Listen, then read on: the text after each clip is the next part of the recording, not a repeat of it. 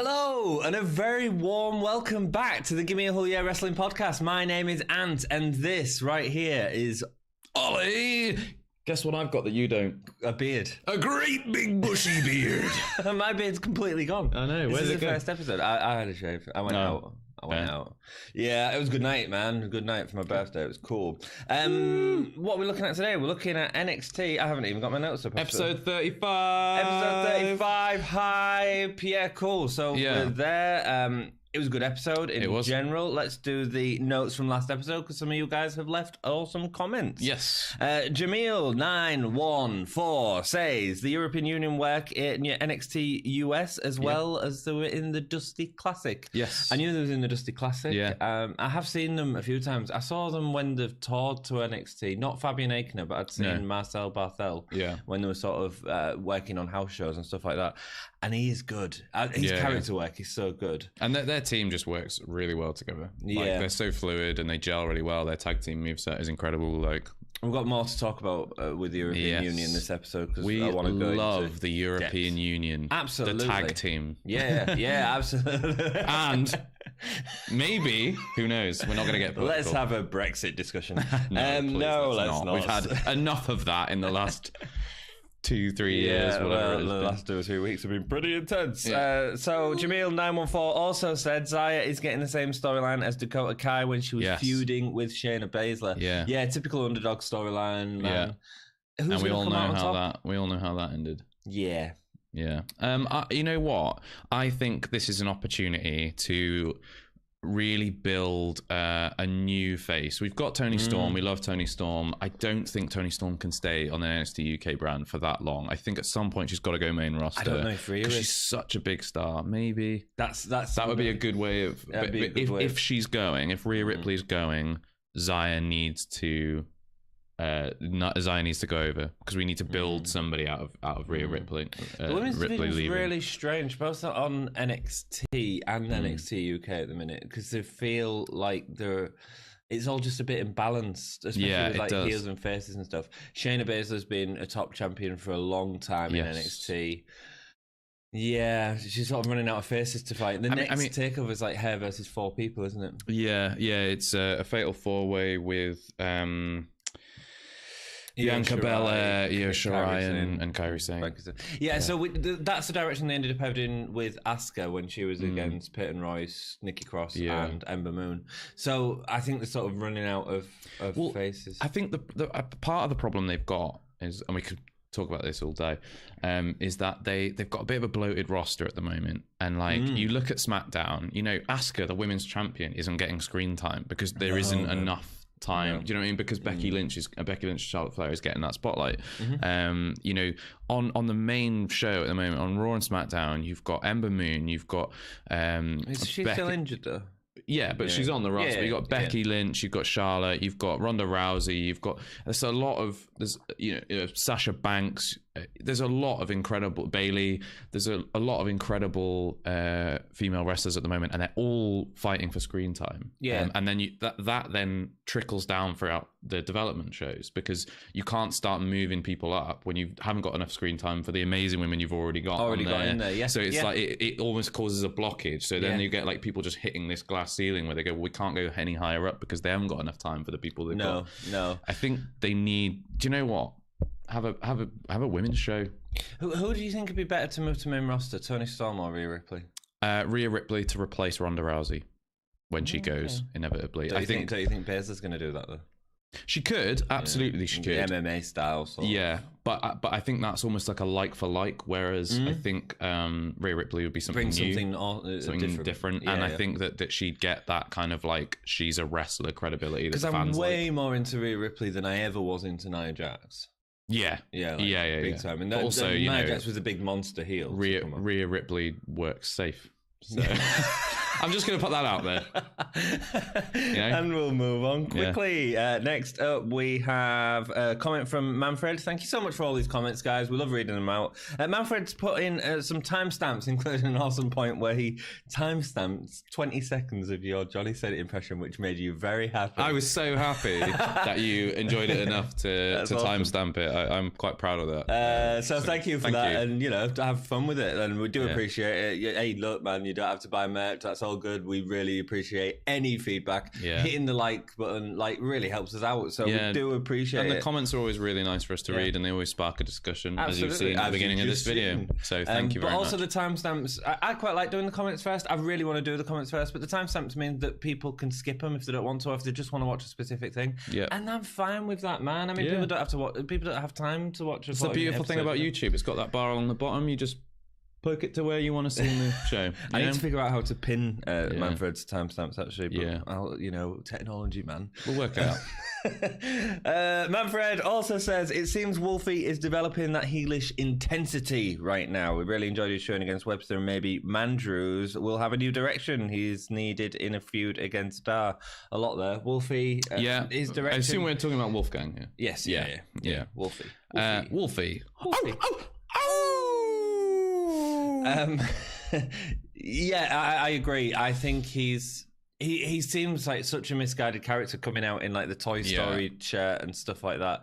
He seems like I bet he's a real nice bloke in real life. In fact, I think his Twitter engagement is really good. Is it? I don't do Twitter, man. No. I bet he'd be the best person to probably go and have a pint with. Yeah, he would be really cool. I bet he's a really fun guy to be around. Yeah, he's a fun guy. Yeah. He's like a mushroom. Hey. And about Mandrews, the direction against Dar? Yeah. I think that'd be good. Yeah, I think it's going to be a great... I think it's going to be a great series of matches. I just want to see some new character angle with Mandrews. I think his in-ring style is so good. I'd love to have seen him as the cocky one rather than Dar. Yeah. I don't know. Maybe. I think relying on this Scottish person is the heel is wearing a little thin for me. Yeah, I think Manfred's mentioned before about him being a heel. I don't know how I feel about it. Who knows? I quite like him as a face as well. It's really difficult. Yeah. Who knows? Love the main event. It was great to see Walter looking a bit shaken after the match. More interesting than having him just annihilate Gallus. Absolutely. Man, that Walter. That shaken Walter with the busted bloody nose was an incredible image. It was. Great. I mean, that's the thing is an animal is so much more dangerous when it's backed against the wall. When it's been put through some punishment, it's going to bite you on the face. Yeah, and that's what I liked about that. Walter looked vulnerable, but he looked all the more scary because of it. Yeah, I thought it was great, man. And not a lot of people could carry that off, but he carried that off so well. Good. That was such a good story, that match, man. It was. It was really well crafted. That's one of the better matches of NXT so far. Absolutely. At some point, we need to do a top 10. We've just done a top 10 video of our greatest wrestlers from NXT UK. So we've taken a load of different points and done a video about them. We'll discuss it there. So go check that out. We're considering doing greatest matches. Yes. So all of this is so far, obviously, within 30. So keep an eye out for that. Cool. So let's go on to the episode because there's loads to talk about today. Yes, there is. Cool. 20th of March, NXT 30th, NXT 35, Coventry. Johnny Saint and Sid Scala start in the ring. Yeah. Johnny Saint. Ladies and gentlemen. He starts like he's going to make this big announcement. You do your Johnny Saint impression just so you can get another timestamp. Oh my gosh, I can't remember what accent I did now. Now then, I think it was that. It's not even Johnny Saint's voice. It's like a northern teacher. Like Johnny Saint, I'm pretty sure is southern. Yeah, but he is a northern teacher, so it works. Go. Now then, Sid Scala, what I want you to do is to, I want you to cut a promo for me because that's what I always have you do. I can't be trusted to speak on my own. Triple H said no. I am the face, not the voice of this division. The face of NXT UK, Johnny Saint, rock and roll. So he starts doesn't he? He's going to make this big announcement, and then just goes, "Please, Sid." We have an announcement to make. He says it with a quaver in his voice, "Please finish this announcement because I'm not going to be able to." It was literally like he was actually pleading with him. He was going like, it's like me going like, "Oh, I've run out of things. Anthony, please." Please finish. They need to know. I'm not capable of this. It was great, man. This is a great Johnny Saint moment. Yeah, so it was. If you enjoyed that, and it had a nice little callback later on in the episode as well, which I thought was great. I don't know if they're doing it deliberately. No, they're not. I feel like they might be. Well, it's like Triple H going into a ring and saying, "Oh, I've got a huge announcement to make." Stephanie? No, wait, that's what he does. No, but it's not even Stephanie. It's like Kurt Hawkins. Yeah. Yeah, that's true. Kurt Hawkins. It's great. That'd be a good storyline. Kurt Hawkins becomes Triple H's like little underling, and he's like, "Hello, Triple H, what is your bidding?" Sid goes on to explain that Pete Dunne will defend the title at New York Takeover, WrestleMania weekend. Although they haven't decided at this point who Dunne's going to defend against. Dunne comes out, no socks, ginger facial fluff. Yeah, love it. He looks great. He just looks so perfect. I don't know what it is. You like his facial fluff? Yeah, I love it. Love his hair, love his facial fluff. I even like his no socks. It's too ginger. Maybe you should put some highlights in. I like some ginger. You like some ginger facial fluff? Yeah, I do. Cool. I think he's got a very distinct look, and I think in a product like WWE, he does. Yeah. There's a really good quote from a thing called "Wrestling Isn't Wrestling." Have you ever seen it? Nope. I'll show it to you at some point. It's really good. It's the guy who directed Dirk Gently. Have you seen the Dirk Gently show on Netflix? No. So the guy who directed that made a short for YouTube. I say it's a short. It's about half an hour long about why wrestling is great and why wrestling isn't wrestling. And there's a quote from that which he says is, "If you in the WWE, if you've got enough heart and a weird enough face, you can make it as a wrestler, as a superstar." And I absolutely agree with him. And Pete Dunne looks weird in a great way. And he's amazing in the ring. And he's incredible. Yeah. Incredible. So for me, it works. I like people with a good old weird. I mean, look at Daniel Bryan. Yeah, I just don't like the facial fluff, but that's okay. I'm entitled to not enjoy cool, his facial fluff. I like your facial fluff. Thanks, man. That's a good facial flush. Facial flush. I like the coffee's facial fluff. Thanks. That's good facial fluff. Yeah. Oh, yeah. You're entitled to dislike it. It's just a bit scraggly and ginger. Rock and roll. Pete Dunne, I love you. Sid gives him the mic. Give me Walter. Give me Walter. Gives the mic back to Sid. Right. Walks out the ring. Very few words, man. Pete Dunne. Like it. Just like Johnny Saint. Is there going to be an angle? Is Johnny Saint going to be Pete Dunne's dad? Like Kurt Angle and Jason Jordan. That's going to happen, man. They're building up to it. I see it. I really hope not. That would undermine everything we've seen so far. Absolutely. A bit like the Kurt Angle. Angle, yeah. The Kurt Angle. That was great. Jeez. Right, so what do we think? What do we think about this Walter Pete Dunne match? I mean, it was going to happen. We knew that's the way they were going with it. They've been building to it since Walter debuted and walked up and stared at Pete Dunne and then left again and booted Joe Coffey in the head at the end of Takeover. We knew it was going to happen. I think that it could work in a if we get into the specifics of it, of what happens at WrestleMania Takeover. Let's get into the specifics of it. Okay, I think it can work. I think that the angle has to be... So here's my thinking, right? Pete Dunne's got to walk out of that Takeover still champion. Has he? I think he has to. I don't think that's what they will do. Has he? Because that stops the story. Well, does it? If Pete Dunne beats Walter, that ends the story there for me. So, I said he walks out of WrestleMania Takeover as champion. Yeah. Didn't say he beat him. Ooh. So here's my thinking, enough. right? Yep. If you take the title off of the WWE UK champion at a Takeover event that is not WWE NXT UK, I think you cheapen the NXT UK brand. It would be a little bit like... I agree completely. If the Universal title got... it'd be a bit like if the WWE title got defended on an ECW show, which is definitely what happened. Yeah, exactly. And it all went horribly wrong. I mean, don't get me wrong, Rob Van Dam winning the title was great, but... nobody's going to be there. Nobody's going to be booing. It's the wrong kind of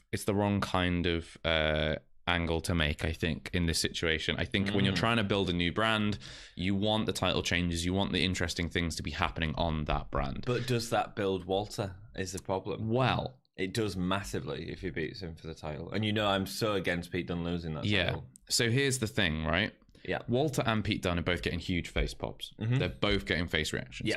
At some point, something's got to give. Yep. And one of them has to turn heel. I think it'd be nice to see Dunne heel again, actually. An extended face versus face program gets real stale real quick. Yeah. So I think that Pete Dunne, in some way, turns heel. Or that'd be Walter great. That would heel. be great. One of them turns heel at this WrestleMania takeover, which leads to a non-finish of a style, which leads to the formation of the European Union, which at the next takeover leads to a triple threat main event. Sorry, not triple threat main event. 6-man tag main event between British Strong Style and, I think, doesn't work if Pete Dunne turns heel, but if Walter turns heel, it works. Which then carries on after whatever happens there into a further singles match where either Pete Dunne goes, I'm the champion, I'm amazing, and wins, or Walter takes the NXT UK brand into a new kind of dawn by winning. Yeah, I mean, the way I'd do it is I wouldn't have him against Walter. I think it's way too soon, and that's my biggest concern with this. Like, it just feels like we've got all this incredible build that has come from nothing, really. And it's just from the tension, and it's just from the expectation that these two are going to have. It's come from the middle of January, and we're now middle March. I mean, we've had like 6 episodes of build. Yeah. But it's not even been part of every episode. What I'd do is I'd have Pete Dunne going to take over in a match against Fabian Aichner. One, it would be an astounding match. It's not a match that we've seen. It'd be absolutely outstanding. The NXT crowd are completely used to Fabian Aichner, and they'd put on a stellar show. During that match, Marcel would interfere somehow. British Strong Style would cancel interference. At the end of the match, somehow Pete Dunne wins after a classic match, because I think it'll probably be the opening match at WrestleMania weekend. That's also a concern, because normally the opening match at WrestleMania weekend is probably sometimes the best match in the WrestleMania weekend in the last 2 years. So I'd have something like that happen, and then I'd have Walter come out and align with the European Union as a way of saying, this is the storyline of NXT UK, and this is how we're moving forward. And if you want to see how that continues, go watch NXT UK. Yeah. That'd be my idea on it. Yeah, I mean, I think that's a perfectly suitable way of doing it as well. Pete Dunne turning heel is great. The only you've already pointed out the flaw in it is the British Strong Style versus European Union. Doesn't we really want unless they turn heel. Who turn heel? British Strong Style, but I don't see that happening. No, because at some point the more Trent important Seven needs to turn on or Bate turns on Seven, which is going to be so good when it happens. I don't think that's I think that's its own thing as opposed to doing it all together. For me, if I was going to book this, I think that is one perfectly acceptable way of it doing. I think also you could do the false finish leading into the 6-man. Yeah, the concern with the false finish, especially because I think at WrestleMania it feels like But I mean, sometimes leaving the crowd wanting more is a good thing. Absolutely, it's got to be in this circumstance. They can't not. So I think either way that could work. For me, I don't think Walter becomes champion. So I think I hope not. No, I think that he belongs on the main roster, and I think the sooner you move on, no chance he'll ever be on the main roster. No, he don't want to talk. That's why he's in NXT UK. Okay, that's a shame. Oh, I'm sure if they offered him enough money. No, he don't want. No, they've offered him loads of money. Yeah, he's not interested. That's part of the reason he was never in NXT. Because he didn't want to travel to America to. Well, then if you've got Walter long term, then putting the championship on him kind of makes sense. I was going to say that, like, moving him up because I think he's such a massive star. Having him on the main roster, I don't think you can fill the boots of someone like Brock Lesnar with Walter. Do you know what I mean? With that absolute monstrous presence. But he loves where he lives. According from everything I've read, he loves where he lives. He loves being in Europe. He loves. He likes wrestling to be a little thing, and with the NXT UK, it works really well for him because he can flies across, does a weekend of shows, and then flies back, and then lives. Yeah. I mean, I don't know how it's going to work when they start touring the show and stuff like that, which they're going to do at some point soon, I would assume. Who knows? Well, maybe then he won't be in it very long, and then maybe it makes more sense to keep the title on Pete Dunne. I don't know. It's really hard to call it. Like, I think like we were fairly consistent that like it wasn't Joe that was going to take the title. I think Walter is more of a concern. Yeah, it is to me because I feel like if it's the first show, the first thing of WrestleMania weekend, which I think I've heard that it's been advertised as that, right? Or the first, but they might have been referring to it as NXT Takeover as the first thing on the weekend as opposed to just that match. But if it's the first show of the weekend and it has a dodgy finish, not a good start. Well, I mean, it might. If the match is really good, it might get. I mean, we're getting so distracted here. But it's cool. Yeah, you know, I'm sure these guys like want to hear. Really uncertain. Cool. Let's go into the thing. So we see Nigel and Vic Joseph. They're looking behind them, watching Pete Dunne leave.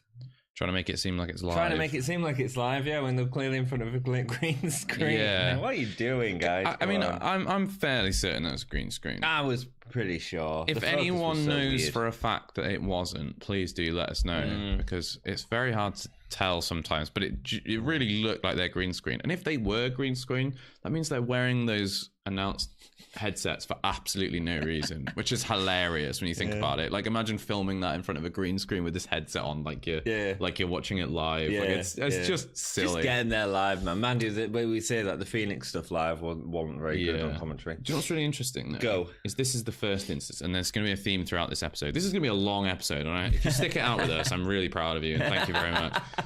So this is the first instance of what I found to be a very interesting episode. Episode 35 feels like a huge step in a weird, interesting, different direction. Yep. And we'll see why we get through the next few segments. But this is the first instance of it. We've not seen this yet. We've not seen them try to transpose them into the actual stadium. We've seen them in the stadium. Turn at Takeover as well, But we haven't seen them like sort of like video edited in. And this is part of a big change in production I know what you're going to talk about here, And this is the first instance of it where they're just trying to up their production values a little bit. We'll get back to this soon. Cool, rock and roll. And next up, Toni Storm addresses comments from Ginny. Toni Storm laughs it off. Ginny and her both have something in common, and that's a love of gold. But Ginny likes the gold from Mummy and Daddy that buy it for her, whereas Toni's gold is that she's champion. Toni knows hard work, and when Ginny is in the ring with her, she'll know what hard work is. This was, again, a good promo from Toni Storm. It seems like we get one good one, one bad one sometimes. Yeah, this was much better. It was still awkward in places. But generally, like, much more solid. Yeah, and I like the angle as well, the idea of what is real gold and I like this kind of spoilt brat thing she's poking at her with. She definitely should have said I've got real gold, whereas Ginny's got gold bought from a shop, I think is what she said. I think she should have said Primark. Yeah, she should have done, man. I know it's British, like man. Branding, but still, like, absolutely, Also, that's probably why the chance as well. Branding. Yeah, Princess. It does. It would have been a nice little nod to. Crowd was great this episode. Oh, they were so good, weren't they? Yes. The camera goes down. Right, that's it, lads. We're done filming. And as she's leaving, I liked it. Again, you talk about the style, and I thought it was an interesting way to move into the next promo as opposed to a cut, which is so she's leaving. She passes Rhea Ripley, who gives her a dirty look, a little glance. Probably not going to see anything on a staircase, which was really interesting. Yeah, like they were kind of coming up and down on a staircase. Yeah, just visually more interesting than just walking down the corridor. Yeah, absolutely. Nice. Rhea tells the cameraman to stare, and she's got something she needs to say. Yeah. She's heard what Xia Brookside says, and she'll have a match against her, the little rodent that she refers to her as.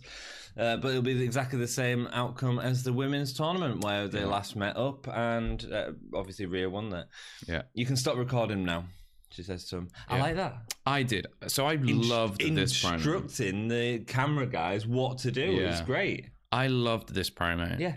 The thing that I will say about it is that when you have one person go off, do a promo, go off, someone else comes up and do a promo, and the second promo is better, it makes the other one look weaker by comparison. I see what you're saying, yeah. Especially when you do it literally directly one after the other. It highlights the weaknesses of the other one. I think that they could have done... They didn't need...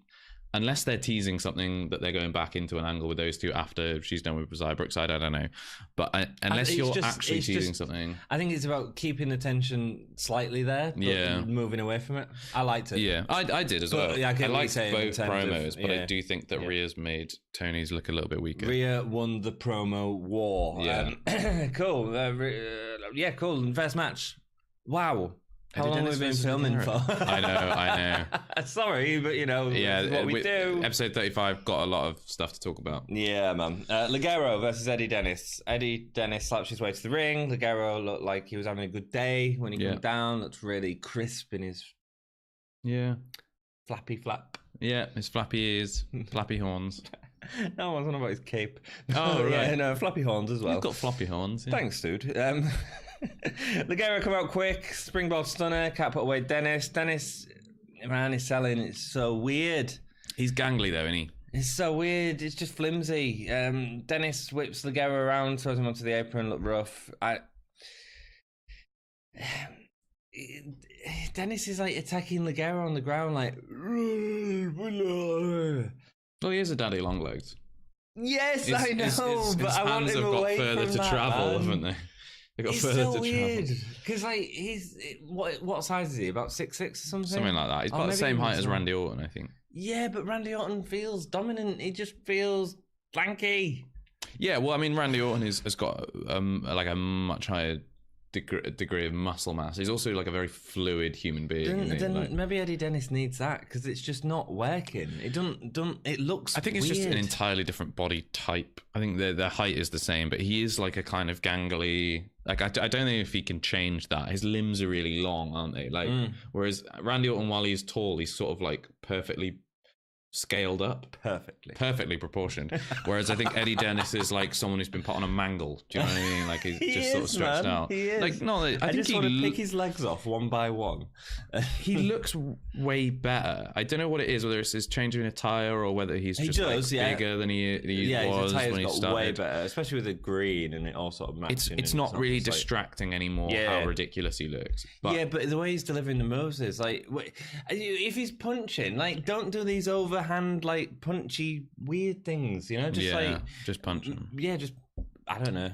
I don't know. I don't know what the answer is to that because I'm so mixed about him. Yeah, I'm so mixed about him. I really like a lot of what he does. I like some of what he does, and then I don't like. And then I go, oh, don't do that face.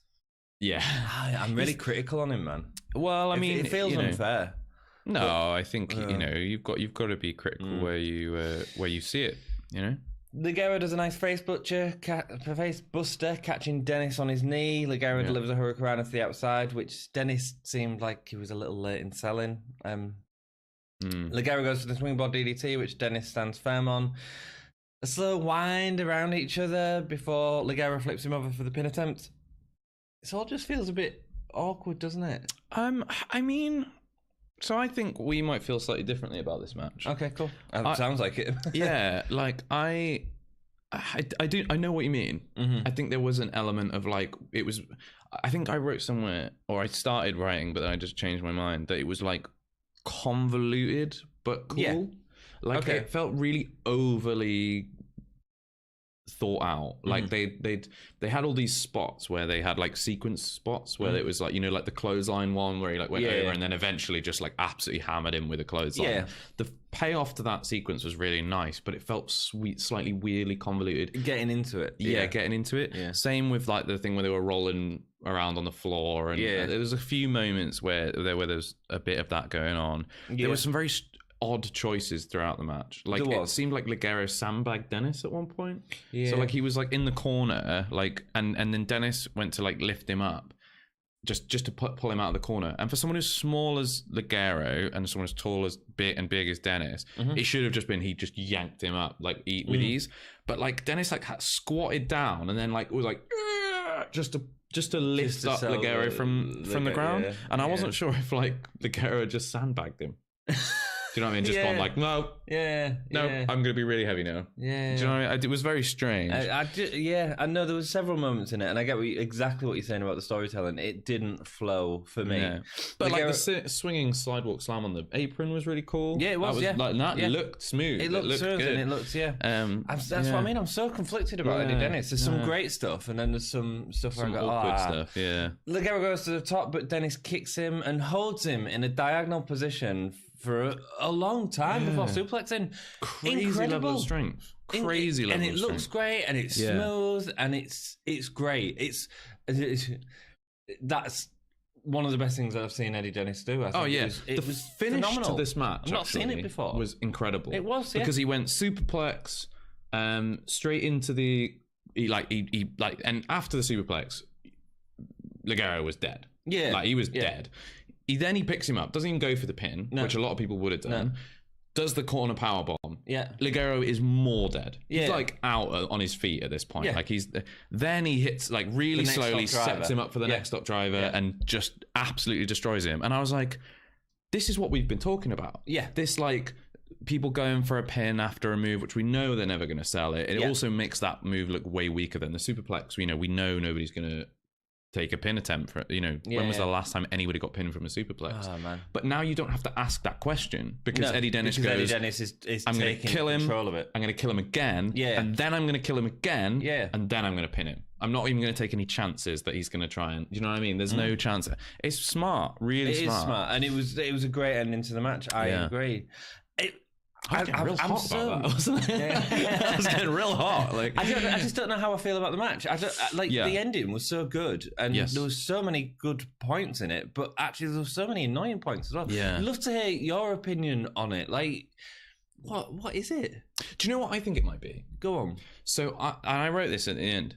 I put the thing. I went like, cool match, right? Really interesting match. So a lot to talk about. Yeah, definitely could have been a pay-per-view match. Like, that could have been a blow-off match if it was given more time. Yeah. Like, the way that it was structured felt like a kind of almost like semi-pay-per-view level kind of thing. Like, what they were going for with it, like with a lot of back and forth, was definitely not a straight squash. There was some very big spots in it, some cool moves, like a lot of aggression. Like, it felt like almost like it could have been with more time pay-per-view level. I wonder if that's why it felt weird. Because they were trying to get so much into a short amount of time. So they had all these convoluted spots. They had all these like outside bits, inside bits, big spots. They give the match a bit of time as well, though. It was a longish match. Long-ish, but not quite like pay-per-view level. No, fair enough. And I wonder if that's why. It maybe needed another 5 minutes. Yeah, another 5 minutes, and things could have gelled a little bit better. Cool. I think maybe that's why. Let us know what you think, and let us know if you agree with Ollie's idea. That's crazy harebrained theories. That's what we do on this podcast, man. We talk rubbish. Backstage segment. I was about to say chip. We talk chip. You can do, man. We can say chip on the podcast. Yeah, we say chip. Great backstage segment with Amir, Jordan, and Kenny Williams next. You were saying it was. I'd already seen this on YouTube. It's great though. It's great. Really good. So started off a bit weird. Yeah. So at first I wrote like, that was the take they used. Yeah.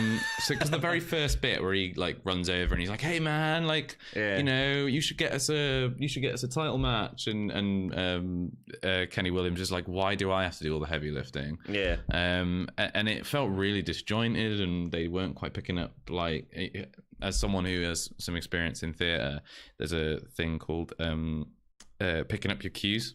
So like your cue line, when it happens, like when the person says the thing that you're supposed to go off, you like jump straight in, and like it just keeps how it we feeling. Converse. Yeah, because that's how people talk, and it keeps things feeling like, you'll notice with us, like we kind of overlap each other. That's because we're talking. Yeah, but if we went like, "Hi, Anthony." "Hi, Ollie." Would you...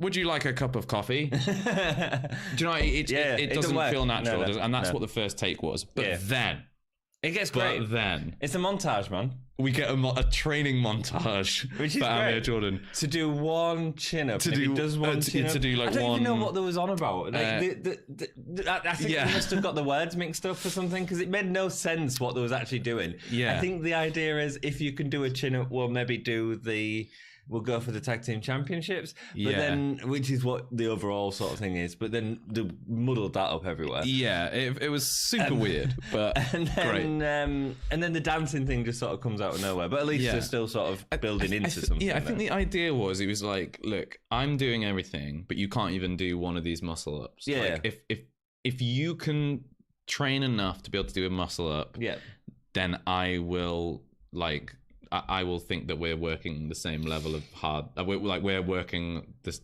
as much as each other. Yeah, it was a weird but we're not. But that doesn't correlate to the matches. No, absolutely makes no sense. That's the problem. Like, I mean, Jordan's been okay in the matches, and Kenny Williams generally has had the hot tag. But if that's the point, then we need to build that up a little bit more in the matches. So let's see where it goes from here. The actual montage really funny with the running on the ladders. Yeah, so like there's all these shots of him trying different ways of doing a muscle up, and like he runs on with a ladder at one point, and Kelly Williams is like, "What are you doing?" And then it shows him doing one, but then it like pans down, and Kelly Williams is holding his legs. There's like a lot of really good like classic kind of slapsticky kind of visual comedy in there. And they come across as charming. I really like them a lot more after this little segment. It's amazing what a little bit of character building will do. Absolutely, isn't it? Like, and you know, this is the second instance in this, maybe the third instance in this show of them just demonstrating a little bit of a change in their production values.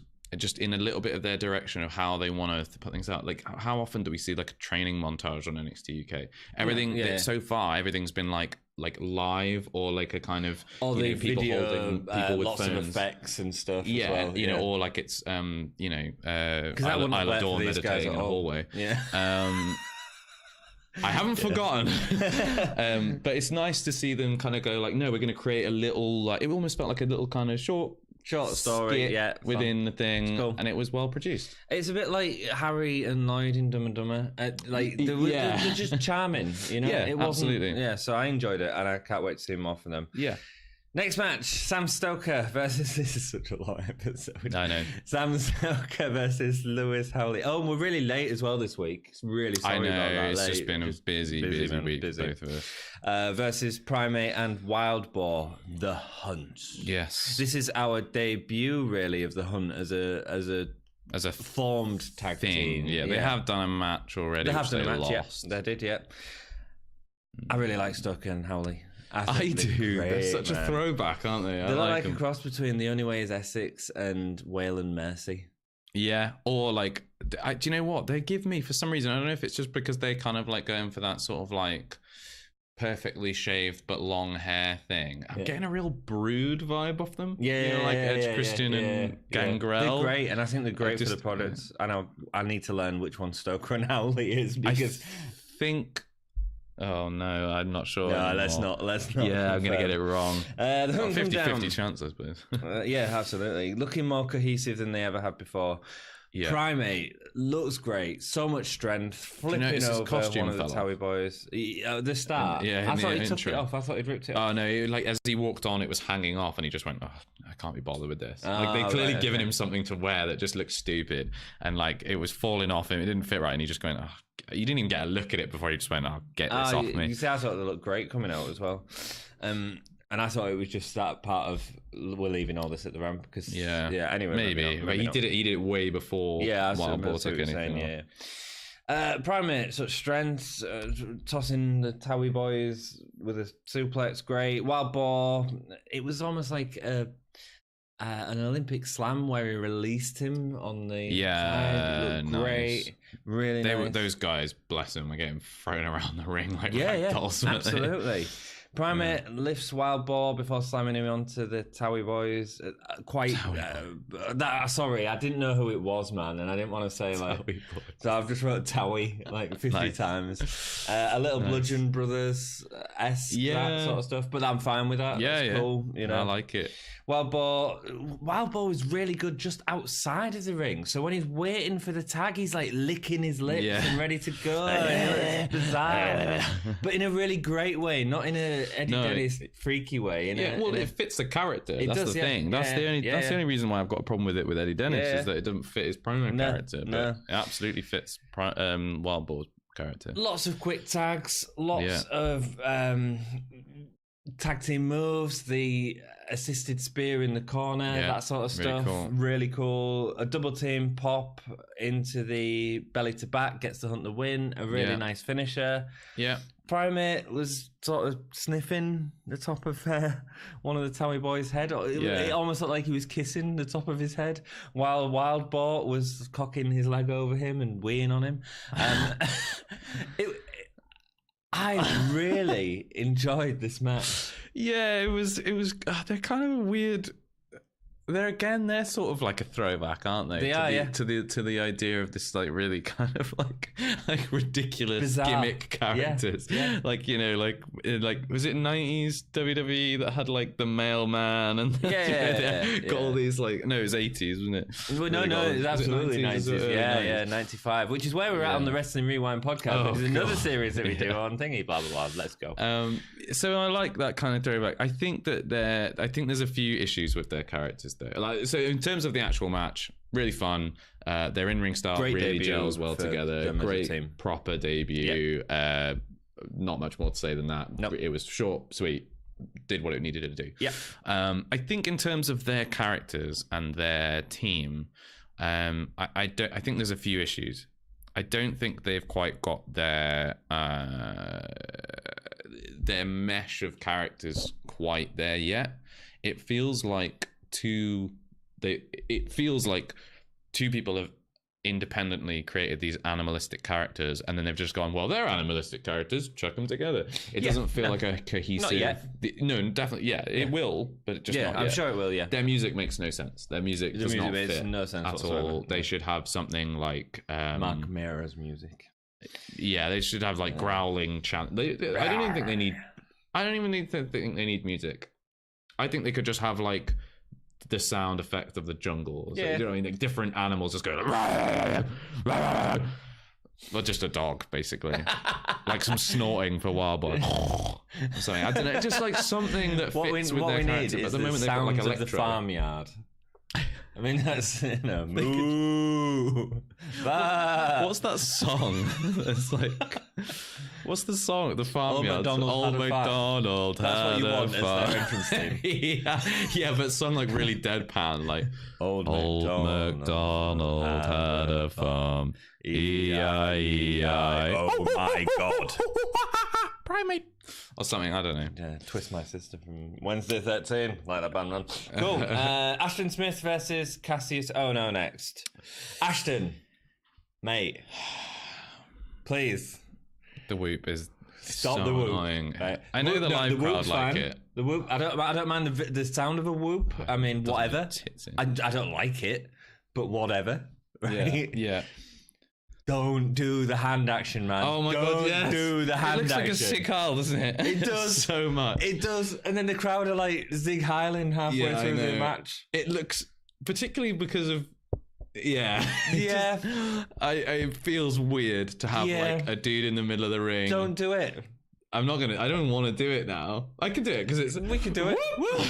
Whoop.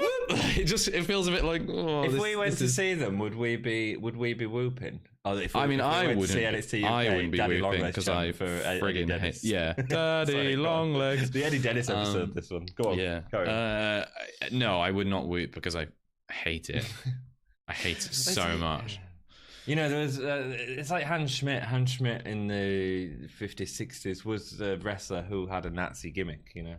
And, you know, there was a guy, I think last year, Blitzkrieg, who was, he had a Nazi gimmick. And when the school that he works for found out that he was a wrestler with a Nazi gimmick, it went a bit mental. Yeah, I'm not surprised, to be honest with you. I just think leave it. I'm absolutely not surprised. And it's not. I don't think they probably don't realise it yet until they put him against Marcel Barthel, and then they go, "Oh, whoa, what are we doing?" Yeah, I know. What happens at that point? Yeah, you know what I mean, you know. Oh, I don't know. Two show respects at the start of the match. I thought Cassio has been a heel. He's come in as a face. Well, so I think they've been really clever here. This is what I think has happened. Go on. I think they haven't announced. I don't know with the live show. Someone, if you know this, clarify. This is what I think. They didn't tell anybody that Cassius Ohno was going to be there. Probably not. So that when he comes out, he gets the surprise face pop. Because everyone goes, oh my God, Cassius Ohno's the crowd was great, man. Obviously, we've seen the promo of him going, I'm going to come to NXT UK, but the live crowd haven't. So when Cassius Ohno shows up, it feels like a massive deal. So they go, oh yeah, because you see them all go like, oh, like that's the reaction of like, oh my God, we weren't expecting this. Like Cassius Ohno, the biggest reaction for Cassius Ohno. Yeah, well, I mean, like he's a big dude, like he's a big star. So I think they've done that to make him get over face style in the UK, be like, because he's popular. But in terms of our perception, sense. It doesn't, because he's already said like, I'm way better than all of you, which seems like a very Healy thing to say, and then he comes into a face reaction. So nice mat wrestling at the start. Especially enjoyed seeing the bigger Ohno working on the mat and moving around smoothly. He's so fluid. I mean, he's amazing. I mean, he's an incredible wrestler, and he's so experienced. I mean, how long has he been wrestling? Like 20? Oh, a long time, man. 5 years or something. Putting people over like you won't believe, you know. Yeah, I was worried actually in this match. He was going to put Ashton Smith on because I don't want to see that whoop anymore. No. Cassius Ohno's. This is a real little thing, but really annoyed me. Cassius is about to run the ropes. Ashton Smith holds his buttocks to push him slightly. I didn't notice that. I don't get it. Like there was no. He was about to run the ropes. He goes to push him, but he was running the ropes anyway, and it just. I didn't know. Do you know what? I didn't even notice that. It looked weak. It wasn't needed. Oh. Annoyed me. There you go. It looked weak and it wasn't needed. Yeah. Pull your socks up. Buck your ideas. You can't say that to Pete Dunn. That was a right fake laugh for my dad joke. No, it was great. Thanks, I thought it was genuinely funny. Thanks, it was really quick. That's why I was laughing. Boom. Like, yeah. Smith, you're normally the quick one. Smith also avoids an elbow to the corner by running out on the bottom rope. That was a nice Samoan drop. There was a super kick that showed Smith off well. Ohno had delivered the nice suplex where he he delivers his suplex. Lifts him up in the air. I just ran and then I'm like, oh yeah, I know what I'm talking about now. Delivers his suplex. And as he's delivering it, he sort of, instead of just going back, he runs forward with it. Cassius Ohno. It's really nice. What are you thinking of now? There was do you mean, are you talking about the, was it like a... Oh, like the... It was just a suplex. He held him up. Yeah. But then instead of just going back, he sort of runs forward with him. Oh, to get the momentum. Back. Yeah, sorry. Yeah, no, I'm talking about... Almost really like the Ryback thing, innit? Of like... I didn't really watch Ryback. Oh, so Ryback's finish was... I can't think what the word is. I can't remember what the actual move's called. It's like fairly common. It's a little bit like a... No, I think it's a Samoan drop. I think that's what it is.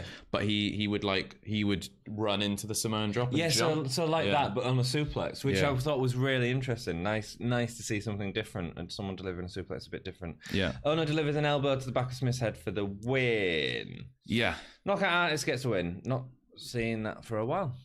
Yeah. He looks concerned for Smith, showing compassion, saying to the ref, "It's on me." Yeah. Really nice stuff, compassion in the ring, and Ohno's so believable as that. He's got like a real puppy dog face, doesn't he? Yeah, man. Yeah. When he's like, oh, I did a bad thing. Ashton sold the knockout really well as well. Yeah, he gets up. Ohno delivers his big elbow smash. Knockout punch, is it called? Knockout elbow? Something like that. Just hits him with his elbow Smith, again. Heel boo. Well, I don't think this is a heel turn. Ashton didn't fist bump him. Well, exactly. I know. When people don't fist bump me and I go for it, the next thing I'm smash him in the face. Yeah, I just elbow him right on the jaw. Go on. Yeah, if you don't fist bump me, I will elbow you in the head. Fist bump or it's going in your face. Yeah, basically. I don't think that's a heel turn for me. Okay, cool. Like Ashton didn't take the handshake. Definitely heel turn. Definitely do the fist bump. Well, not that the heel turn was needed because it was already there. I find it very hard to accept a heel turn when they're punching someone in the head that I really don't like. Do you know what I mean? I was cheering as well. I was like, I was whooping. But it's the chant afterwards. One more time. Yeah. Like, so good this episode, man. Yeah, it was really good. As he's walking up the ramp, he's met by Travis Banks, who goes to check on Smith. This is great work again. Ohno sort of He's checking on Smith. Ono's creeping into the ring. Crowd are going, whoa! Yeah. Travis Banks notices, stands up to him. And I was like, hey, come on. We're all right here. We're friends. Nice guy. I was just great. I was just saying hello. I'm just going to check if he's okay. Yeah. Great. Love it. Yeah. Fun. Ono is already great. Yeah. I did feel like things for him were starting to get stale on NXT. Yes. The Matt Riddle stuff was fun. Yeah. But I was just feeling like, we don't really have a direction for Ono. The problem is he's taking so many losses. But he's such a good guy at putting people over because he's a decent in-ring worker. Great into the match. Ono versus Banks. What do you think? I'm sort of sad that we're not getting any more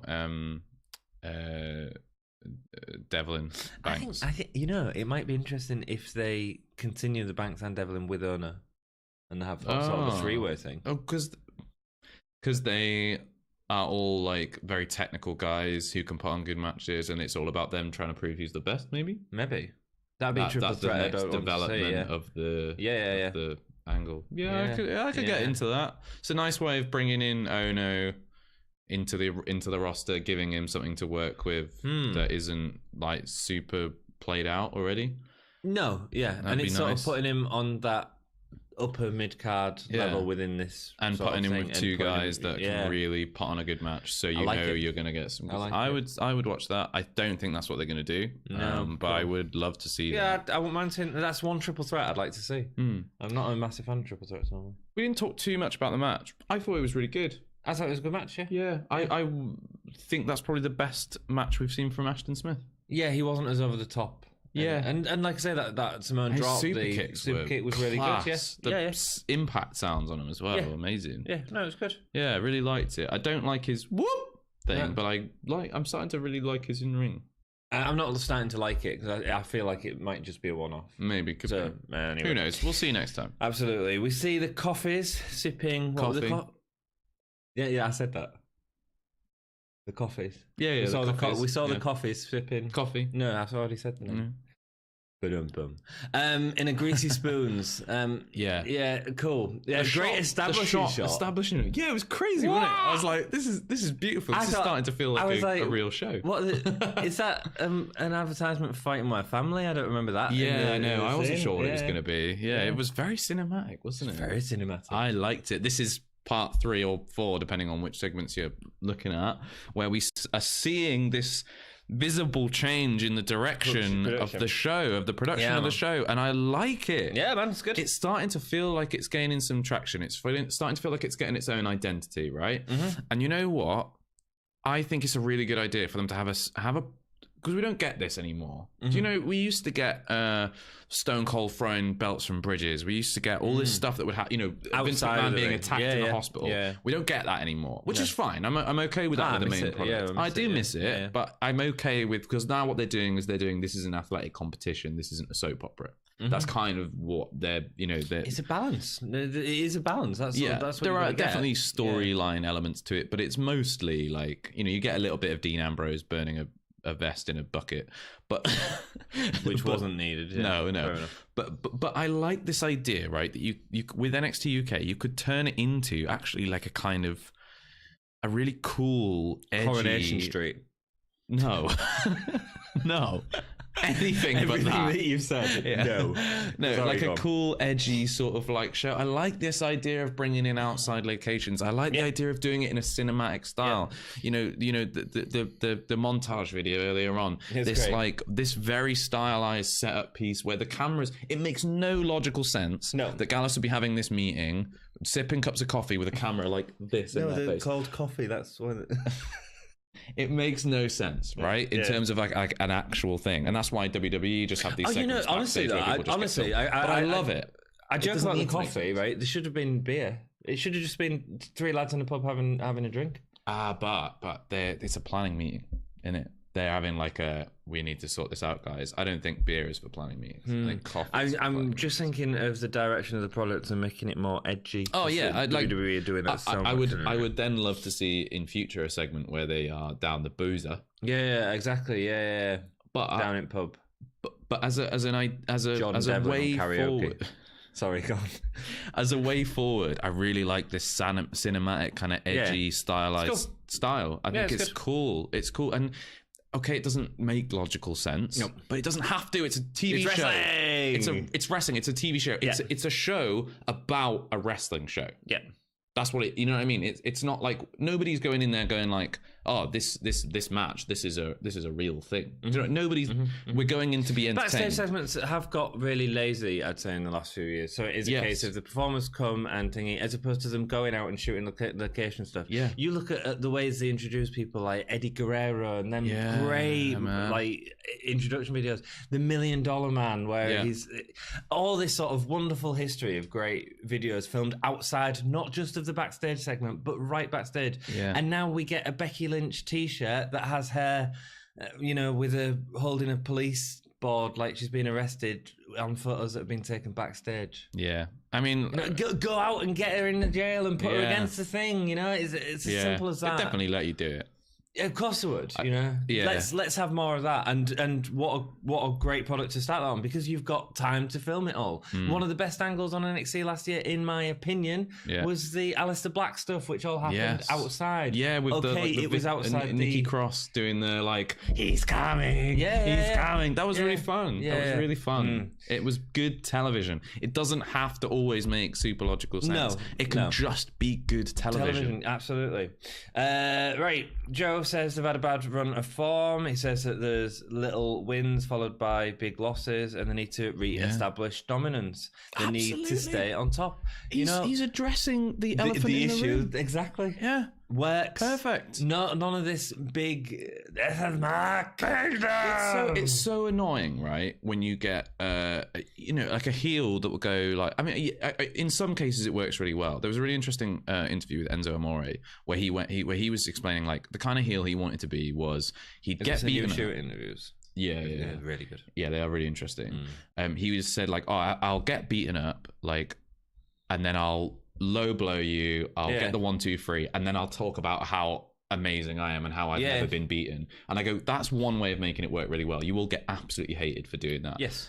But I really also like the idea of a calculating, tactical villain who's not afraid to accept their limits and their flaws and where they've fallen down. So Gallus going like, we've had a bad run of form, which is exactly what they have had, makes them seem smarter and more dangerous, because it's not like they've blinkered by their own self-ego. They are, but they are at least, grounded in reality enough to go like, look, this has not been working. We need to reevaluate. Yeah. And that's scary. It's intelligent as well. It's intelligent. Yeah.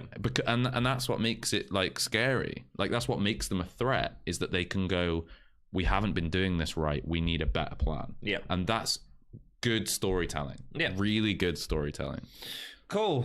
Tyler Bate versus... Sorry. Yeah. I'm more interested in Gallus. Yeah, a little bit. We'll see where it goes. Yeah. Because all that'll happen is they'll get a win and then a big loss. Yeah, maybe. Yeah, Tyler Bate versus James Drake is the final match. We are at the point in the episode. Timestamp that. Probably 1 hour and 40 minutes. God. I know. We are really going for it. Yeah, but it was a big episode for a lot of stuff. And you know what? I genuinely thought this match itself was so long. I thought this was the penultimate match, because it started about 2/3 of the way through the episode. Yeah, man. It was quite so long. Yeah, it was amazing. It was a good match. Good match.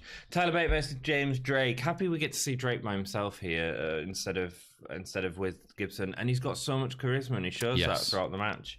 Again, Matt wrestling at the start really fast. Drake starts working over Bate's arm with a really nice dead arm lift at the start that was cool. Bate has fun with an airplane spin, but Drake pushes him off the top turnbuckle. He falls down the hard way, bashing on the apron. The crowd start the whole face. The whole face is on his ass. Yeah. It's great. Yeah, it's really great. good. I've been in the crowd with them chanting that at Drake, and it is hilarious. They've been chanting for Tyler Bate all the way through as well. Absolutely, which is really good. Like they just never shut up the whole match. Yeah, and that built the match so much. Yeah, because they want anything spectacular in the match. It was it was all really solid. Everything was solid. There was nothing that I think was like unbelievable or holy chip. Yeah, my holy chip moment isn't from this match. No, for example. No, me neither. The crowd continue the chants of arse face. Great. Drake gets the opportunity here that he hasn't had with Gibson, where he gets to sell his anger at the crowd for doing that, or his disdain in the crowd for doing that, in a similar way that Gibson gets to do it. Yeah, wonderful, because we're giving the audience more of that. So when we get Gibson and Drake, it is just going to be a chanting match. Yeah, and that's great because the crowd will be so behind it. Absolutely. By the time they get to that next takeover, the crowd will not shut up. No, they won't. They will not. They hate them so much in a great way, in the best way possible. They're hating Drake more now as well. Yeah. And what a great way of doing that. And Absolutely. what a great person to put him in with that for. Yes. Bate goes for a standing shooting star, but lands on his feet, which was awesome. Yeah, crazy. Drake rolls out the way, so then he just goes for it again. I mean, the connection wasn't great, but it was not going to so be athletic. Point, yeah, I mean, to do two shooting star presses one after the other is insane. Wicked, insane. Drake goes to throw Bate into the barricade, but Bate reverses it. Earlier on, they've had a match where he's thrown Bate into the barricade, so it's recalling that. Sending both men sort of crashing into the barricade. The end of the match is a succession of so much back and forth as both men speed up like the match completely, and that's one of the things I think Bate is really good at. Him and Seven, their tag matches, you're like, whoa, I can't take I had to in. keep pausing, going back to make my notes because I was just like trying to keep up with what was going on. I just didn't, because you can't, because there's just so much. There was a Zaguri, the catch on the top rope into a clothesline, a great drop kick from Drake. All this sort of stuff is happening at such a pace, and it's that great moment because this felt like a match where actually you didn't know who the winner was. No, I had no idea. Call who the winner would be. They could have gone either way. Either way, we'll talk about that in a minute. Drake goes to the top, goes for a 450, but Tyler avoids. Instead, suplexing Drake into the corner, and Bate gets the win with a corkscrew off the top rope. Which we haven't seen for a while. No, exactly. Which was nice. Which was refreshing. I forgot he had that move, to be honest with you. Because he never used it in tag matches. So it was, he rarely does. Well, he hasn't for a while. Yeah. And it really took me by surprise. And it's nice moments like that where I go like, it's a good finish because he's done something that I've not seen him do for ages. Yeah. So, is there any other notes you've got from the match? I mean, I've got all sorts of stuff. So I'll go through my notes. I loved the commentating in this match as well. Not only was the crowd great, not only was the match great, the commentating was on form. Was really good. They picked up on James Drake possibly being the MVP of Grizzled Young Vets. They said, like, in many ways you could argue that he's the biggest reason why they won the titles. Yeah. And I think that's a perfectly valid statement to make. I think you're absolutely, they're right. Like, and build up, keep building up Drake. They're building Drake very well. He just needs it a little bit more than Gibson. Yeah, he does, because he's not as established with the crowd, I don't think, as absolutely, as Gibson is. And that's great. I thought that Drake and Gibson, they share some offense, which is really smart in my head. So, that like arm bar lift that he does? Yeah. Same thing that Gibson does. Yeah. And even when their partners aren't in the ring, they're maintaining that tag team element. You remember, that's what Gibson does. They do the same thing. That's clever. Yeah. Clever. And of course, they come out with the Grizzly Young Vets jacket and the tag championship as well, It really holds all that together. When you share offense with your tag team partner, it makes you seem more cohesive as a unit. The gut wrench suplex was incredible. I think it was it James Drake on Tyler Bate, the gut wrench? It was a thing of beauty. The strength required for that. Yeah, it was, because Tyler Bate was like perfectly, like he was planking. It was amazing, really good. The commentators actually picked up on the arse face thing, and they really went into it, which was super interesting. Which is good. Again, playing into this, I think, slightly more edgy element. They're totally willing to go. I really liked. I think it was. You can't not do it because the crowd are going to do it, and you won't get a choice. It's not just like NXT where they're like holy chip all the time. It's different things, and it's different character things. Yeah, and if you pick up on that as a commentator, it makes everything just feel more involved. There's nothing more annoying than when the crowd on a Monday night after WrestleMania are booing the hell out of someone and going like, "We hate you," and then like Michael Cole goes, "Oh, the universe are chanting. They're booing for people they'd normally cheer." The and Roman like, Reigns like, effect. Stop lying. Oh, universe seems to never know how they want to react. And all that sort of they stuff. always know. No. We're telling you how we feel. Yeah, and but here they're honest about it, which is nice. Yeah. And the thing that I like that's different about the NXT UK crowd is the chants are not the boring chants. We get the "this is awesome" occasionally, but actually, like NXT shoes off NXT, if you hate Gibson, is so unique. God, if you hate Gibson, shoes off. It's so unique. Yeah, ass face. He's got the whole face. On his own, it feels like his own NXT face. WWE, the product has become stale of us shouting "this is awesome" at the fight forever. Fight forever. It's all. The NXT UK crowd are doing some really fun stuff, so play into that. Absolutely, and the commentators addressing it is absolutely the right thing to do. Perfect. I can't remember who it was. I don't know if it was Vic Joseph or Nigel McGuinness, but they then pointed out that Tyler Bate has got a mustache on his ass.